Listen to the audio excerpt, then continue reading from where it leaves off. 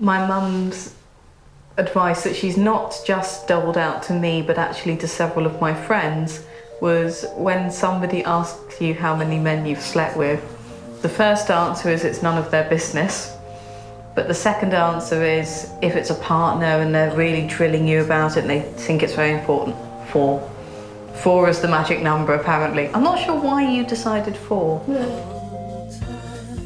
The one piece of advice my mother gave me, which I actually took, and I'll never forget, is always have your own money.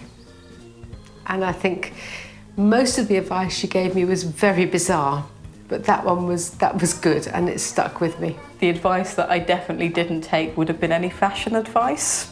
My mum is much more of a free spirit, I would say, than I am. I think she'd have been a lot happier if I'd swilled around in a caftan and grown my hair to my waist, and I was always a bit sort of, no, I want to be girly. You never taught me to put my makeup on or anything like that. I don't know how to put makeup on. You taught me. I taught you, yeah. You taught me how to put makeup on.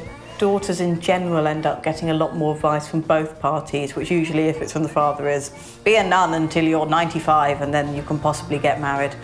And from the mother, it will be more practical advice that they might not necessarily have said in front of the father. Nanny told you mustn't shave your pubic hair. Yeah, but that's because she shaved hers into a heart and it itched. Because she thought she was being sexy. I don't think my mother really ever grew up, bless her. She got married at 19. She'd never lived anywhere except with her mother. She has some quite interesting ideas going back to the 1920s. Like, if you are married, it's much better to have single beds and go visiting each other because it's more exciting. I wasn't bad enough. I was far too good a girl. And I regret not going on the pill, which she persuaded me not to because she said it would give me migraine. I think we have this thing in society that women are to be, even now, young girls are to be protected, and that they have a responsibility for their own protection, about what they should wear, how they should behave, how they should conduct themselves.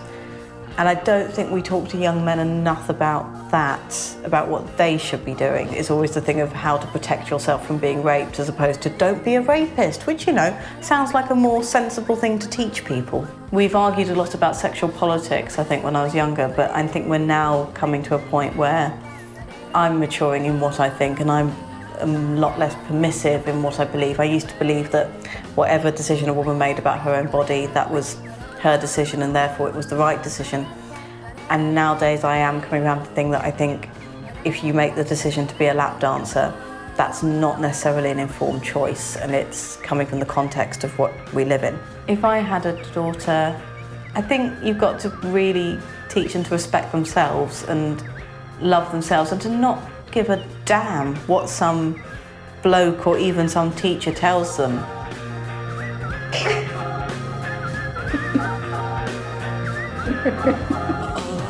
I don't want to know. Stop this conversation now.